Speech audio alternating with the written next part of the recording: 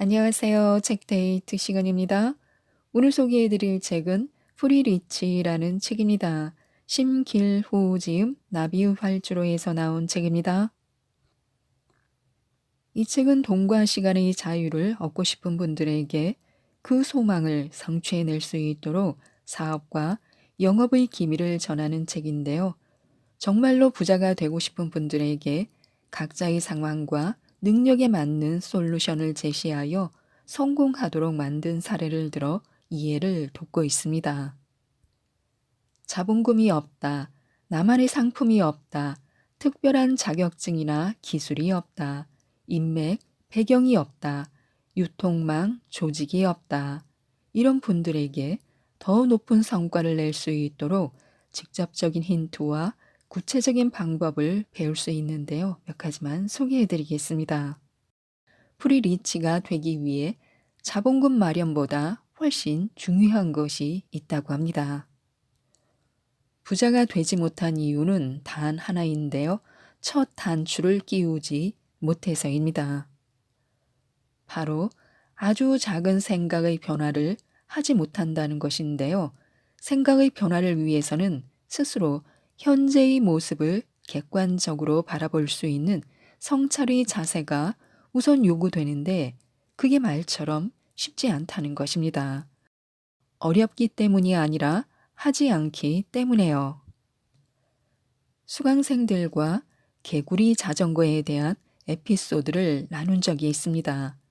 이는 태엽을 감으면 세발 자전거를 탄 개구리가 원을 그리며 뱅글뱅글 도는 그런 흔하디 흔한 장난감입니다.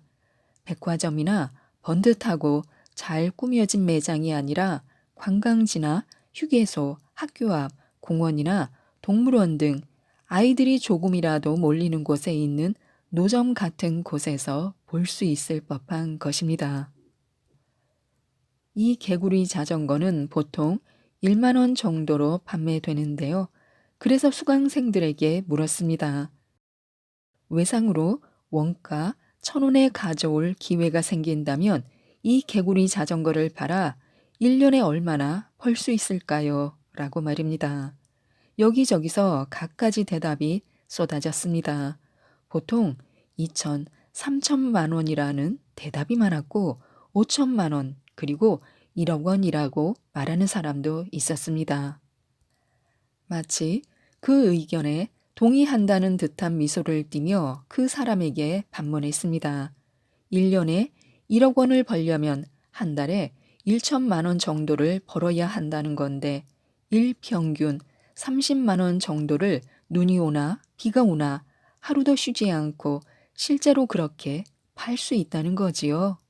그러자 자신만만했던 수강생의 표정은 갑자기 어두워졌고 그 목표는 갑자기 5천만 원으로 뚝 떨어졌습니다. 2천만 원, 3천만 원이라고 대답했던 사람들도 생각에 잠기더니 그마저도 쉬운 일이 아닌 것 같다고들 대답했습니다. 공간에 가득 차 있던 생기는 일순간 가라앉았습니다. 침울해진 수강생들에게 이번에는 조금 다르게 질문했습니다. 그러면 똑같은 상황에서 개구리 자전거를 가지고 1년에 30억 원을 벌려면 어떻게 해야 할까요? 그러자 여기저기서 웅성거리는 소리가 들리더니 이번에도 다양한 답변이 쏟아졌습니다. 무역해서 외국에 팔아요. 공동 구매를 해요.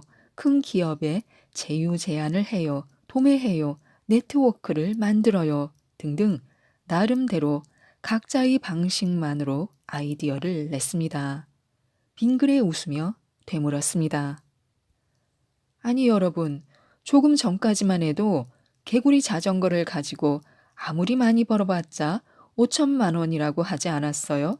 많아야 2천만 원, 3천만 원이라면서요. 그런데 30억 원이나 버는 방법은 왜 이렇게 많아요? 이러한 필자의 질문에 강의실은 쥐 죽은 듯 조용해졌습니다. 여기에 아무것도 가지지 못한 사람들이 부자가 될 수 있는 유일한 방법론의 출발점이 숨겨져 있습니다. 바로 아주 작은 생각의 차이, 발상의 전환입니다. 처음 질문했을 수강생들은 노점이라는 수단과 개당 중간 이윤이라는 한계 속에 갇혀 그 안에서 벌 수 있는 최대한의 금액에 대해서만 생각했습니다. 반면 그 금액 자체를 한껏 올리자 노점이라는 틀을 스스로 깨고 나와 각자의 돈 버는 방식을 공리하기 시작했습니다. 부자가 되는 사람과 그렇지 못한 사람이라는 극명한 결과는 이렇게 아주 작은 차이에서 시작됩니다. 어떻게 사물과 사안을 바라보느냐에 따라서 결과는 달라지는 법입니다.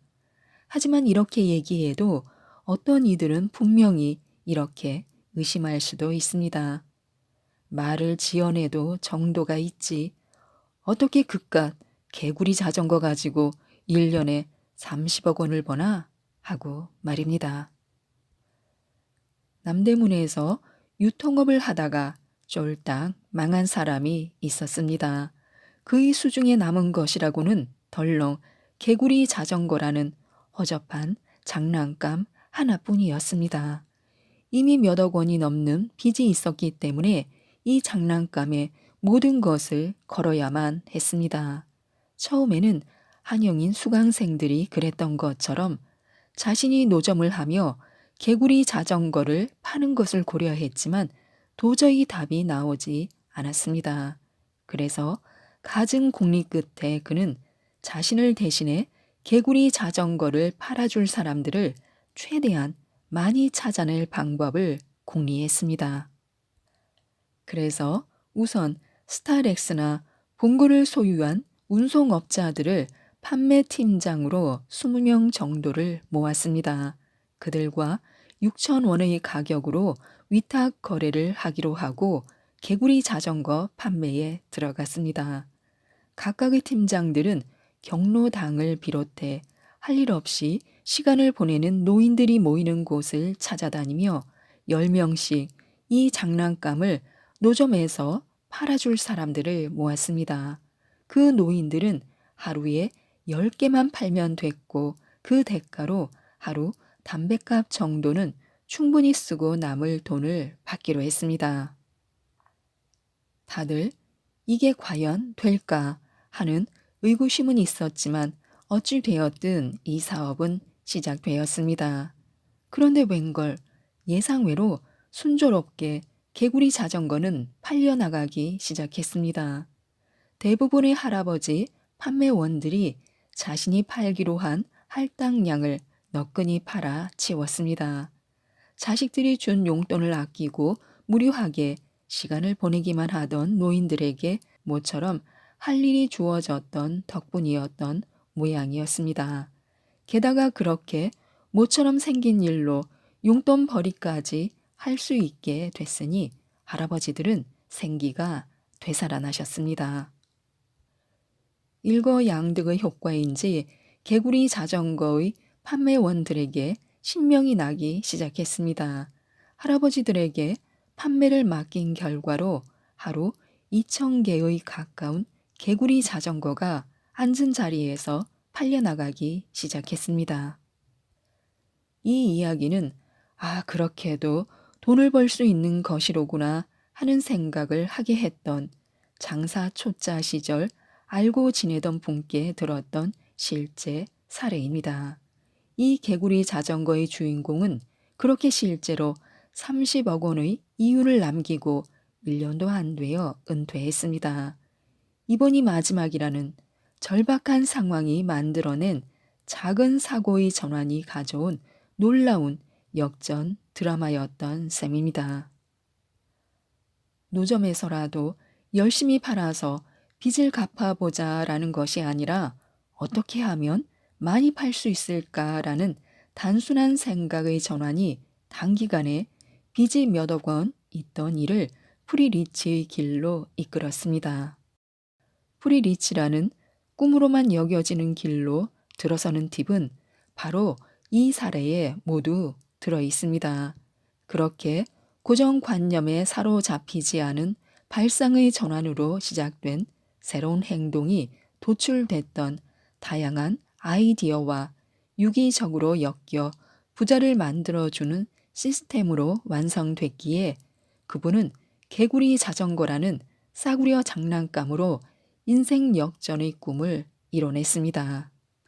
부자가 되고 싶다라는 강렬한 바람은 내가 부자가 될 수 있을까라는 의구심을 넘어 나를 부지불식간에 휘감고 있던 고정관념을 깨뜨리고 발상의 전환을 통해 새로운 길을 조금씩 열게 해줍니다. 그렇게 시작된 것들이 자연스럽게 반복될 수 있는 루틴으로 만들어낼 수 있게 되면 현실로 나타날 것으로 생각지 못했던 프리리치의 길이 내 앞에 모습을 드러냅니다. 그러므로 부자가 되기 위해서 가장 먼저 해야 할 일은 어떤 형태로든 나를 지배하고 있는 고정관념의 굴레에서 벗어나는 것입니다. 무조건 시작은 작고 가볍게 해야 합니다. 우리를 경제적 문제에서 자유롭게 만들어줄 프리리치가 되기 위해서는 주력으로 다루는 무언가가 있어야만 합니다. 내가 부자가 될 때까지는 이것만 집중적으로 파겠다라고 전적으로 매진할 그 무언가, 즉, 내 인생의 중요한 한 부분을 바쳐 집중할 아이템이 있어야 하고 그것을 필자는 인생템이라는 이름으로 표현합니다.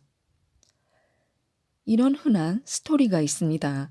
열심히 일한 직장 생활 끝에 어느 정도의 목돈으로 퇴직금을 받게 되는데 그 퇴직금으로 치킨 전문점을 연다던가 음식점 혹은 스마트폰 대리점을 연다던가 하는 것에 사용하게 마련입니다. 그런데 이렇게 시작한 새로운 일이 성공을 하면 다행이지만 대부분은 실패하기에 십상입니다.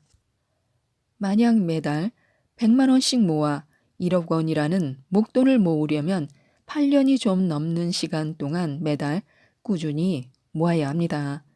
이렇게 어렵게 모은 돈으로 시작한 치킨 전문점, 대왕 카스텔라집, 핫도그 전문점, 생과일 주스 전문점을 열었다가 돈을 벌기는커녕 망해서 빈손으로 나오는 경우가 많습니다. 그런데 중요한 것은 1억 원을 모으는데 10년 가까운 시간을 인고해야만 하는데 그 피 같은 돈을 까먹는 데에는 불과 몇 달이 걸리지 않는다는 사실입니다. 더더욱 놀라운 사실은 이렇게 기가 막히는 현실에 대해서 다들 둔감하다는 것입니다.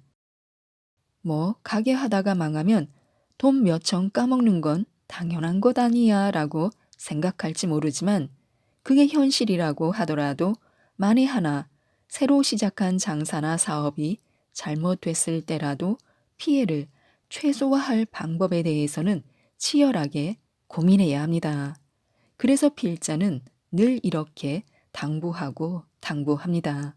제발 작게 가볍게 시작하세요 라고 말입니다.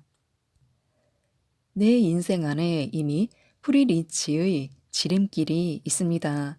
인생템은 자기가 평생 동안 경험해 왔던 것을 기반으로 하고 남들이 쉽게 흉내낼 수 없는 형태로 재해석하는 방법에서 찾는 것이 좋습니다.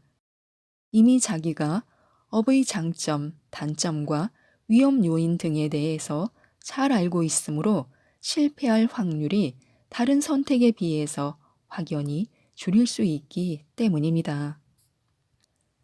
관건은 익히 잘 알고 있는 과거의 업종을 어떻게 재해석하느냐라고 할 수 있습니다.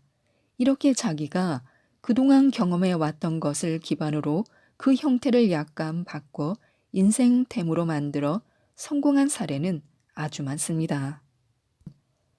그저 열심히 하는 것 혹은 무지막지한 저가 공세 말고는 달리 경쟁력이 없는 고통스러운 현재 상황에서 벗어날 수 있도록 기존에 하던 일을 새로운 관점에서 손보는 작업이 실질적인 프리리치의 첫 번째 단계인 인생템의 완성에서 하게 되는 일입니다.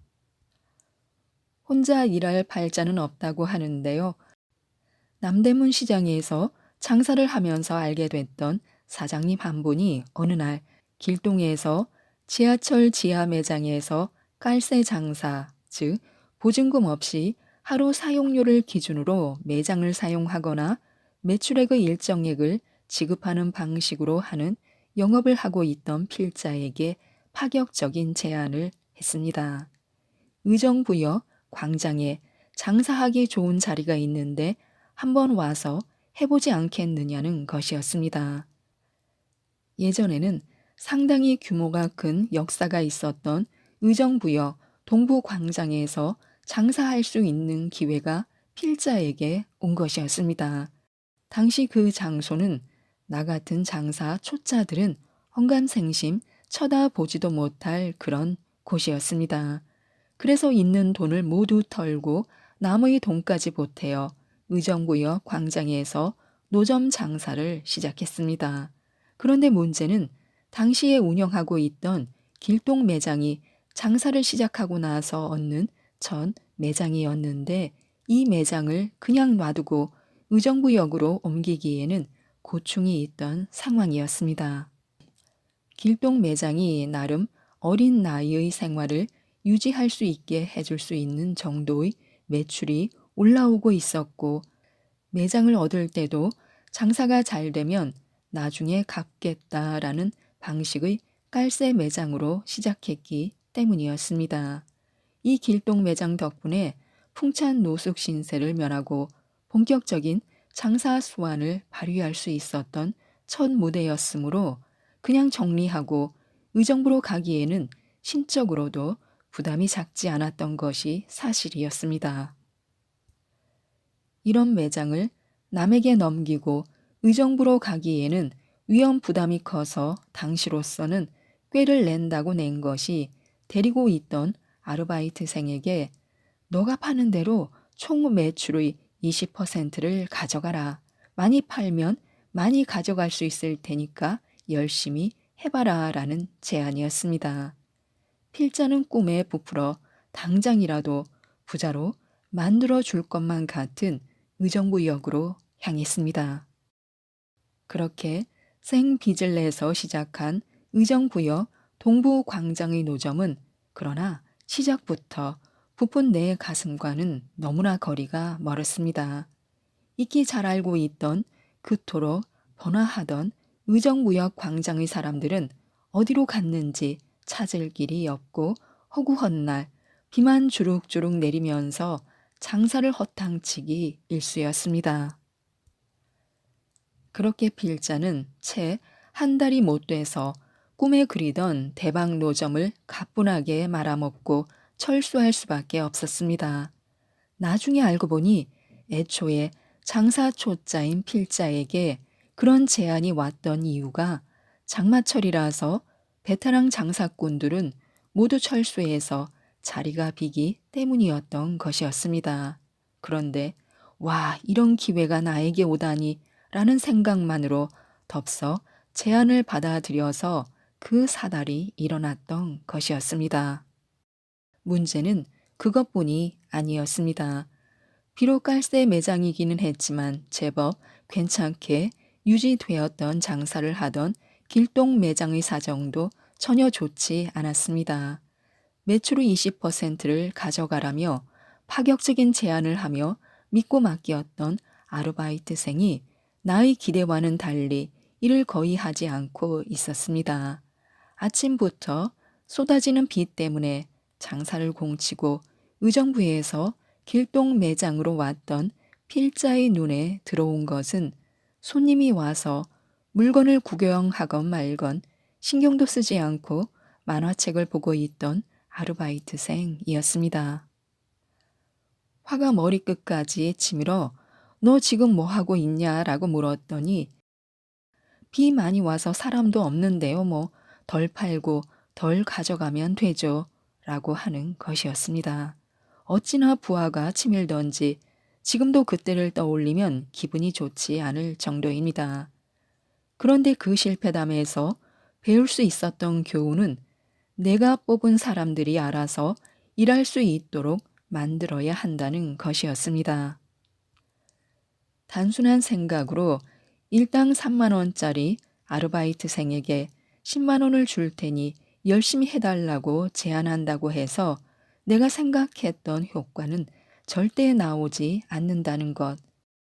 그리고 기본급이 없이 일하는 것만큼의 대우를 하는 방식의 치명적인 단점은 이를 아예 하지 않을 수도 있다는 사실이었습니다. 좋은 기회를 누릴 만한 자격이 없는 사람에게 좋은 대우를 한다는 것은 효과를 기대할 수 있는 운용의 묘도 아니고 종업원에 대한 좋은 처우도 아니었는데 당시의 빌자는 그것을 몰랐습니다. 그 짤막하지만 깊은 실패에서 많은 것을 배웠습니다. 단언하지만 혼자 일할 팔자는 없습니다. 관건은 피고용인이 알아서 일할 수 있도록 만들 수 있느냐 하는 것입니다. 그리고 그것은 전적으로 사장인 내가 하기 나름입니다. 차라리 당시에 장사하고 싶어 하는 사람을 구해서 보증금 혹은 매출 선납금 명목으로 돈을 받고 매출 일부를 가져갈 수 있는 사업의 권리를 주었더라면 어땠을까 하는 생각을 해보기도 합니다. 지금까지 이 책에 대해서 말씀드렸는데요. 프리리치는 꿈이 아니라 도달 가능한 목표일 뿐이라고 합니다. 사업과 영업 노하우가 가득한 이 책, 프리리치를 꼭 한번 읽어보시고 돈과 시간의 자유를 얻으셔서 엄청난 부자가 되셨으면 좋겠습니다. 이상 책데이트였습니다. 감사합니다.